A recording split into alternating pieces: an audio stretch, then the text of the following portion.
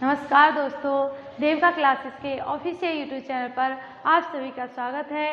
जैसे कि मेरे द्वारा इतिहास पढ़ाया जा रहा था, इतिहास में भी क्या हम हड़प्पा सभ्यता पढ़ने वाले हैं। प्राचीन भारत में हड़प्पा सभ्यता पढ़ेंगे और हड़प्पा सभ्यता में देखें तो क्या यह एक इकलौती ऐसी सभ्यता थी जो अपने समकालीन थी या फिर उस समय की इकलौती सभ्यता थी, तो ऐसा नहीं है। इसके समकालीन कई विश्व की सभ्यताएं थीं। अब हम देखेंगे विश्व की सभ्यताओं के बारे में। विश्व की सभ्यता, विश्व की सभ्यताएं कौन कौन सी थी? तो इसमें पहली सभ्यता कौन सी थी? मेसोपोटामिया की सभ्यता। कौन सी? मेसोपोटामिया की सभ्यता। मेसोपोटामिया की सभ्यता कौन सी नदी के किनारे थी? तो दो नदी है, एक दजला है प्लस एक फरात है। तो दजला फरात नदियों के किनारे जो सभ्यता बसी हुई थी उसे मेसोपोटामिया की सभ्यता कहा जाता है, क्योंकि ज़्यादातर सभ्यताएं जो होती थी वह नदी के किनारे स्थित होती थी, इसीलिए इन्हें नदियों के नाम से भी जाना जाता है। इसके बाद जो दूसरी सभ्यता है वह है मिस्र की सभ्यता। अब मिस्र की सभ्यता की बात करें तो यह कौन सी नदी के किनारे हो सकती है? मिस्र में नील नदी के किनारे। कौन सी नदी के किनारे? नील नदी के किनारे। अब इसके बाद में हम तीसरी सभ्यता देखें कि तीसरी सभ्यता कौन सी है। तो तीसरी सभ्यता है आपकी चीन की सभ्यता। अब चीन की सभ्यता की बात करें तो यह कौन सी नदी के किनारे है? तो यह हांगकांगो नदी के किनारे स्थित है। हांगकांगो नदी के किनारे स्थित है। अब हम चौथी अपनी हड़प्पा सभ्यता की बात करें कि हड़प्पा सभ्यता कौन सी नदी के किनारे है? तो यह सिंधु नदी के किनारे स्थित है। तो कभी कभी यह चार सभ्यताएं हड़प्पा सभ्यता या कह सकते हैं यह तीन सभ्यताएं हड़प्पा सभ्यता के समकालीन सभ्यता थी। विश्व की बात करें तो विश्व में चार सभ्यताएं थीं। अब बात आए कि सबसे प्राचीन सभ्यता कौन सी थी? तो सबसे प्राचीन सभ्यता है मेसोपोटामिया की सभ्यता। अगर प्राचीन सभ्यता की बात करें कि विश्व में सबसे प्राचीन सभ्यता कौन सी थी तो यह मेसोपोटामिया की सभ्यता थी। अगर बात आए कि सबसे बड़ी और विकसित सभ्यता कौन सी थी, यह थी हड़प्पा सभ्यता। कैसी? बड़ी व विकसित सभ्यता। बड़ी व विकसित सभ्यता कौन सी थी? यह थी हड़प्पा सभ्यता। और प्राचीन सभ्यता मेसोपोटामिया की सभ्यता। देखो विश्व में चार सभ्यताएं कौन कौन सी? मेसोपोटामिया की सभ्यता दजला फरात नदी के किनारे। दूसरी कौन सी है? मिस्र की सभ्यता। कौन सी नदी के किनारे? नील नदी के किनारे। तीसरी है चीन की सभ्यता हांगकांगो नदी के किनारे। और चौथी है हड़प्पा सभ्यता सिंधु नदी के किनारे। तो इसीलिए यह सबसे बड़ी और विकसित सभ्यता है और मेसोपोटामिया की सभ्यता सबसे प्राचीन सभ्यता है। अब इसके बाद में हम देखेंगे कि आपने तो ये बता दिया कि हड़प्पा सभ्यता, आपके दिमाग में क्वेश्चन आ रहा होगा कि आपने बताया हड़प्पा सभ्यता, कोई कहता है इसे सिंधु घाटी सभ्यता और किसी के द्वारा कहा जाता है कि कांस्य युगीन सभ्यता और किसी के द्वारा इसे कहा जाता है नगरीय सभ्यता। आखिरकार हम किस सभ्यता शब्द से इसे की पहचान करें? तो अब हम इसके नामकरण की बात कर सकते हैं कि इसके नामकरण किस आधार पर रखा गया है। तो नामकरण की बात करें हड़प्पा सभ्यता के तो इसका सबसे पहला नाम जो मिलता है वह मिलता है सिंधु घाटी सभ्यता। कौन सा नाम है? सिंधु घाटी सभ्यता। इसे सिंधु घाटी सभ्यता क्यों कहा जाता है? क्योंकि यह सिंधु नदी के किनारे स्थित सभ्यता थी, इसीलिए इसे क्या कहा जाता है? सिंधु घाटी सभ्यता। अब हम इसके दूसरे नाम की बात करें कि इसे हड़प्पा सभ्यता कहा जाता है। जैसे कि लिखा हुआ है कि हड़प्पा सभ्यता कहा जाता है, तो इसे हड़प्पा सभ्यता क्यों कहा जाता है? क्योंकि हड़प्पा नामक शहर या हड़प्पा नामक नगर पर पहली बार खोजा गया शहर था या पहली बार खोजा नगर था, या कह सकते हैं हड़प्पा सभ्यता की जो शुरुआत हुई थी वह हड़प्पा नामक नगर की खुदाई से हुई थी, इसीलिए इसे क्या कहा जाता है? हड़प्पा सभ्यता। उसके बाद में तीसरी बात करें कि इसे कांस्य युगीन सभ्यता भी कहा जाता है। कैसी सभ्यता? कांस्य युगीन सभ्यता भी कहा जाता है। तो इसीलिए यहाँ पर क्योंकि मैंने पहले बताया कि यहाँ के निवासियों के द्वारा तांबा और टिन को मिला करके क्या बनाया गया था? कांसा, इसीलिए इसे कांस्य युगीन सभ्यता कहा जाता है। अब इसके बाद में इसकी चौथी बात की बात करें तो कि चौथा नाम क्या है इसका? तो इसे कहा जाता है नगरीय सभ्यता। कौन सी सभ्यता? नगरीय सभ्यता। अब इसे नगरीय सभ्यता क्यों कहा जाता है कि इससे पहले हम देखते हैं, देखो थोड़ा सा नगर के विकास पर बात कर लें कि नगर की उत्पत्ति कैसे हुई होगी। जैसे कि हमारे घरों में क्या होता है कि घर में जब फैमिली होती है, फैमिली में किसी के यहाँ पर, जैसे अक्सर गाँव में देखने को मिलता है ऐसा, क्या कि किसी के यहाँ पर अगर आलू हुए हैं तो क्या होगा कि उनके यहाँ से हमारे यहाँ आलू आ जाएंगे, हमारे यहाँ पर आम हुए हैं तो हमारे यहाँ से उनके यहाँ पर आम चले जाएंगे। तो इस तरीके से लेन देन की स्थिति चलती थी। अब इसमें पूरे भारत में पूरी जगह जगह पर जलवायु अलग है। कह सकते हैं कि किसी जगह किसी की खेती हो रही है, मान के चलिए ये एक गाँव है, ये एक गाँव है, ये एक गाँव है।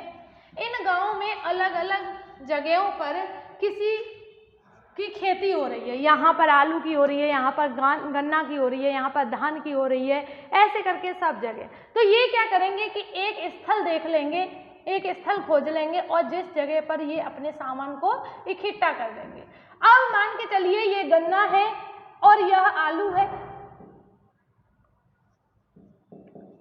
ये गन्ना है, यह आलू है। अब गन्ना वाले को आलू की जरूरत है, आलू वाले को गन्ना की जरूरत है। इतने बड़े साधन नहीं थे कि यह मान के चलिए ये पास ही पास थे और इनकी दूरी ज़्यादा थी। तो ये क्या करते हैं, एक जगह बना ली इन्होंने सभी ने कि इसके लिए ये वाली जगह दूर पड़ेगी। तो यहाँ से जिसको जिस चीज़ की जरूरत होती, जैसे आज के ज़माने में देख सकते हैं मंडी, तो इसी से शहर का विकास हुआ, नगर का विकास हुआ इसी तरीके से। तो अब हम यहाँ पर बात करते हैं कि नगरीय सभ्यता। तो यहाँ पर पहली बार नगर की उत्पत्ति हुई थी, इसीलिए इसे नगरीय सभ्यता के नाम से जाना जाता है। अब इसके बाद में ये तो हो गए इसके नाम के किस किस नामों से जाना जाता है। सिंधु घाटी सभ्यता और एक और नाम है, उसे कहा जाता है सिंधु सरस्वती घाटी सभ्यता। कौन सा? सिंधु सरस्वती। आज सिंधु सरस्वती नदी जो कि आज विलुप्त हो चुकी है, इसीलिए इसे सिंधु सरस्वती, मतलब पहले इन दोनों के किनारों पर ही पूरी सभ्यता बसी हुई थी। आज सरस्वती नदी नष्ट हो चुकी है, मतलब उसका अस्तित्व ही नहीं रहा है कुछ भी। अब इसके बाद में नामकरण के बाद में अब हम देखेंगे कि हड़प्पा सभ्यता का विस्तार कहाँ से कहाँ तक है। हड़प्पा सभ्यता का विस्तार, हड़प्पा सभ्यता कुछ इस तरीके से बनी हुई है।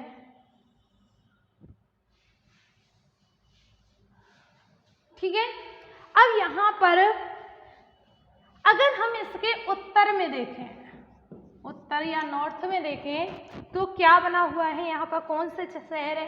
पूछा जाए कि हड़प्पा सभ्यता का सबसे उत्तरी शहर कौन सा है, यह है मांडा। कौन सा है? मांडा। मांडा के बाद में अगर देखा जाए कि इसका पश्चिमी क्षेत्र कौन सा है, तो इसका पश्चिमी क्षेत्र है वो है सूतकांगेडोर। कौन सा है? सूतकांगेडोर। उसके बाद में अगर हम इसके पूर्वी हिस्सा की बात करें कि इसका पूर्वी हिस्सा कौन सा है, तो यह है आलमगीरपुर। कौन सा है? आलमगीरपुर। अब इसके बाद इसके दक्षिणी हिस्सा की बात करें तो यह है दयमावाद। ठीक है, दक्षिणी हिस्सा, दक्षिणी लिख सकते हैं यहाँ पे, दक्षिणी हिस्सा। अब दयमावाद है, मांडा हो गया उत्तरी। अब मांडा कहाँ पर है? उत्तर में तो है, लेकिन किस राज्य में स्थित है, तो यह है जम्मू एंड कश्मीर में। उसके बाद पूर्वी की बात करें तो यह है उत्तर प्रदेश या यूपी में। अगर हम दक्षिणी की बात करें तो यह है महाराष्ट्र में।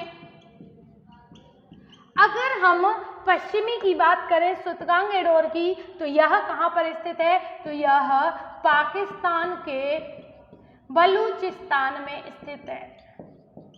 पाकिस्तान के बलूचिस्तान में स्थित है। अब इसकी नदियों के नाम आ जाते हैं कि मांडा किस नदी के किनारे स्थित है, तो यह चेनाब नदी के किनारे स्थित है। कौन सी नदी? चेनाब नदी के किनारे स्थित है। उसके बाद में बात आए आलमगीरपुर किस नदी के किनारे स्थित है, तो यह यमुना नदी की हिंडन नदी के किनारे स्थित है। अब इसके बाद में बात आए कि दयामाबाद, तो दयामाबाद प्रवरा नदी कहाँ कौन सी है? इसे नर्मदा नदी की सहायक नदी कहा जाता है। कहीं कहीं पर ऑप्शन हमको ये मिलेगा कि दयामाबाद जो है वह नर्मदा नदी ऑप्शन आए तो नर्मदा नदी लगाना है, अगर प्रवरा नदी आए तो प्रवरा नदी लगाना है। अब इसके बाद सूतकांगे डोर की बात करें तो यह दास्क नदी के किनारे स्थित है। तो इतना हो गया कि विस्तार कितना है भाई, विस्तार कहाँ से कहाँ तक है, तो हम बात करेंगे उत्तर में मांडा, दक्षिण में दयामाबाद, पश्चिम में सूतकांगे डोर, पूरब में आलमगीरपुर। आलमगीरपुर कहाँ पर स्थित है? उत्तर प्रदेश में। कौन सी नदी के किनारे? हिंडन नदी के किनारे। हिंडन नदी कौन सी नदी की सहायक नदी है? यमुना नदी की सहायक नदी है। इसके बाद में दक्षिण की बात करें कि दक्षिणी हिस्सा कहाँ पर है? दयामाबाद में। दयामाबाद कहाँ पर स्थित है? महाराष्ट्र में। महाराष्ट्र में कौन सी नदी के किनारे? वही प्रवरा नदी के किनारे। प्रवरा नदी कौन सी नदी की सहायक नदी है? नर्मदा नदी की। इसी तरीके से पश्चिमी हिस्सा सूतकांगे डोर, सूतकांगे डोर कहाँ पर स्थित है? पाकिस्तान में।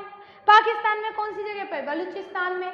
बलूचिस्तान में कौन सी नदी के किनारे स्थित है? तो यह द्रास नदी के किनारे पर स्थित है। हम देखें कि भारत में कौन कौन सी जगह पर करीब करीब 900 के करीब यहाँ पर स्थल खोजे गए हैं भारत में। और इधर बात करें पाकिस्तान की तो 475 है, अफगानिस्तान में 2 हैं। तो कौन कौन से देश में, अब विस्तार में ही बात कर रहे हैं अभी, हड़प्पा सभ्यता के विस्तार में, ये भी विस्तार था और विस्तार में ही बात करें कि हड़प्पा सभ्यता कौन कौन से देशों में फैली हुई है, तो यह 3 देशों में फैली हुई है। सबसे ज़्यादा विस्तार कहाँ पर है? भारत में। भारत में भी कौन से जगह पर, कौन से राज्य में सबसे ज़्यादा विस्तार है हड़प्पा सभ्यता का? तो वह है गुजरात में। ठीक है, तो इसी तरीके से अगर विस्तार की बात करें तो पाकिस्तान के साथ अफगानिस्तान और अफगानिस्तान के साथ में भारत में, इन तीनों देशों में इसका विस्तार है। कौन कौन सा? पाकिस्तान, अफगानिस्तान, भारत। भारत में करीब और करीब 925 शहर है। और बात करें या जगह खोजी गई हैं, स्थल खोजे गए हैं। उसके बाद पाकिस्तान की बात करें तो पाकिस्तान में करीब करीब 475 क्षेत्र खोजे गए हैं। अफगानिस्तान में 2 क्षेत्र हैं। अब बात आ जाती है कि भारत में कौन कौन से क्षेत्र या कौन कौन से राज्य में हड़प्पा सभ्यता खोजी गई है। तो कश्मीर के बाद में करीब और करीब 7 से 8 है। कश्मीर है, कश्मीर के बाद में आपका हो सकता है पंजाब है, पंजाब के बाद में आपका गुजरात है, गुजरात के बाद महाराष्ट्र है, महाराष्ट्र के बाद मध्य प्रदेश है, मध्य प्रदेश के बाद में उत्तर प्रदेश है। तो इन क्षेत्रों में क्या खोजी गई है? हड़प्पा सभ्यता खोजी गई है। हड़प्पा सभ्यता के स्थल खोजे गए हैं और सबसे ज़्यादा हड़प्पा सभ्यता के स्थल कहाँ पर है? भारत में। भारत में भी कौन सी जगह है? गुजरात। अब ये हो गए इसके विस्तार की बात, हड़प्पा सभ्यता के विस्तार की बात। हमने क्या क्या देखा कि हड़प्पा सभ्यता के समकालीन कौन कौन सी सभ्यताएं थी। अब देखते हैं कि और फिर उसके बाद में हमने क्या देखा कि हड़प्पा सभ्यता का विस्तार देखा और विस्तार के साथ में हमने हड़प्पा सभ्यता का नामकरण देखा। अब हम बात करेंगे कि हड़प्पा सभ्यता की खोज किसके द्वारा की गई थी। सबसे पहले किसको इस सभ्यता के बारे में पता चला? तो हड़प्पा सभ्यता की खोज की बात करें तो सबसे पहले बात आती है कि चार्ल्स मैनसन के द्वारा, किसके द्वारा? चार्ल्स मैनसन के द्वारा हड़प्पा सभ्यता के बारे में पता लगा इन्होंने देखे कि यहाँ तो अवशेष अलग तरीके के हैं। जब उसके बाद में चार्ल्स मैनसन के बाद में जब 1856 के आसपास रेल की पटरियां बिछाई जा रही थी, 53 से शुरू होती हैं और एक रेलगाड़ी, अगर पूछा जाए कि रेलगाड़ी का विकास कब से हुआ था, 1853 से, लॉर्ड डलहौजी के टाइम पीरियड पर। अब इसके बाद में 1856 में भी रेलगाड़ी की पटरी बिछाई जा रही थी। कहाँ से बिछाई जा रही थी? कराची से लेकर के बिछाई जा रही थी। अब कराची में बिछाई जा रही थी तो यहाँ पर सबसे पहले अलेक्जेंडर कनिंघम को क्या दिखता है? देखो ये अलेक्जेंडर कनिंघम वही है, कौन? जो 1861 ईस्वी में क्या बना था? पुरातात्विक विभाग, उसके प्रथम अध्यक्ष रहे थे, जिन्हें पुरातात्विक विभाग का जनक कहा जाता था, वही अलेक्जेंडर कनिंघम थे, जिनके द्वारा इनको पता चला 1856 ईस्वी में हड़प्पा सभ्यता है। लेकिन आपके दिमाग में आ रही होगी कि पहले चार्ल्स मैनसन को पता चल गया, फिर अलेक्जेंडर कनिंघम को पता चल गया हड़प्पा सभ्यता के बारे में, फिर इनके द्वारा इस पर कोई कार्रवाई क्यों नहीं की गई, खोज शुरू क्यों नहीं की गई? क्योंकि इस समय क्या चल रहा था भारत में? भारतीय सामाजिक सुधार आंदोलन चल रहे थे, धार्मिक एवं सामाजिक सुधार आंदोलन। उस समय ईसाईयत का प्रचार किया जा रहा था उससे पहले, और यहाँ पर यह दर्शाने की कोशिश की जा रही थी कि जो भारतीय लोग हैं वह बहुत ही बर्बर हैं, इन पर शासन चलाना नहीं आता है, प्रशासन करना नहीं आता है, प्रशासन हम इनको चलाना सिखाने आए हैं, ये तो सभ्य ही नहीं है, हम इनको सभ्य बनाने आए हैं। कौन कह रहा था ये वाली बात? यूरोपीय लोग कह रहे थे, कह सकते हैं अंग्रेजी लोगों के द्वारा ये वाली बात कही जा रही थी। अगर भारत में ऐसी इतनी विकसित सभ्यता के बारे में पता चल जाता तो कहीं ना कहीं अंग्रेजों का यह तर्क कमजोर हो जाता। तो इसीलिए इनके द्वारा इस सभ्यता की बात को यहीं पर दबा दिया गया। अब कितने दिनों तक दबेगी कोई बात है तो सच्चाई ज्यादा दिनों तक तो दब नहीं सकती है। तो बात आती है 1921 की। तो 1921 में क्या होता है कि जॉनसन के नेतृत्व में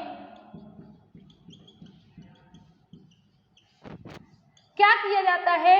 राखलदास बनर्जी और दयाराम साहनी के द्वारा हड़प्पा नगरों की खोज की जाती है। कब? 1921 में। अगर 1921 की बात करें तो किसके द्वारा?